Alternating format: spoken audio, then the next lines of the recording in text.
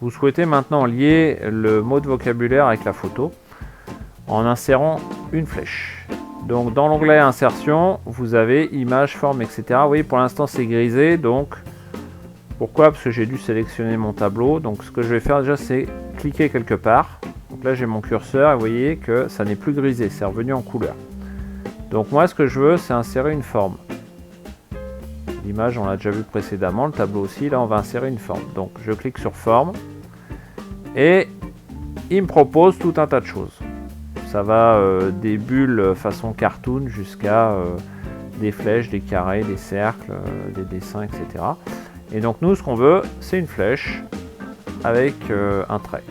Donc je prends ma flèche et je la mets comme ça. Qu'est-ce qui se passe? Là mon texte il s'est décalé.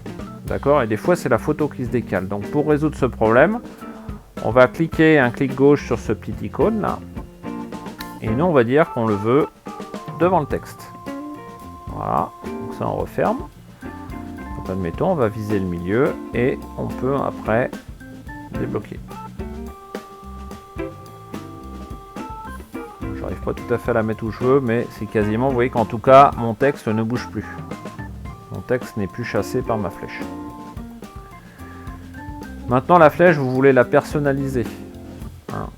Donc pour la personnaliser, il y a deux possibilités. Soit vous faites un clic extérieur, format de la forme. Et ça va nous ouvrir une petite fenêtre. Donc ça c'est la première possibilité. Vous voyez que je peux jouer sur plusieurs choses. Hein. J'ai plusieurs icônes. Voilà.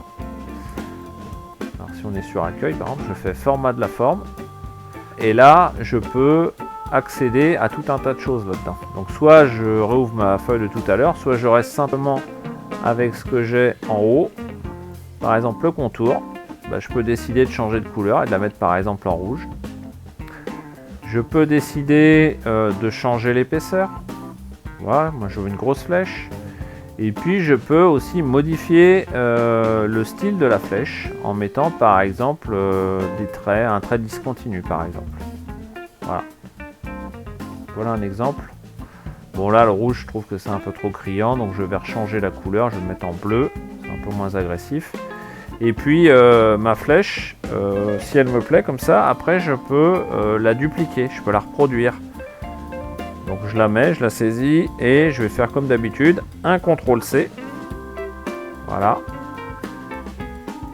Et après, hop, un CTRL-V et j'ai une deuxième flèche. Tac.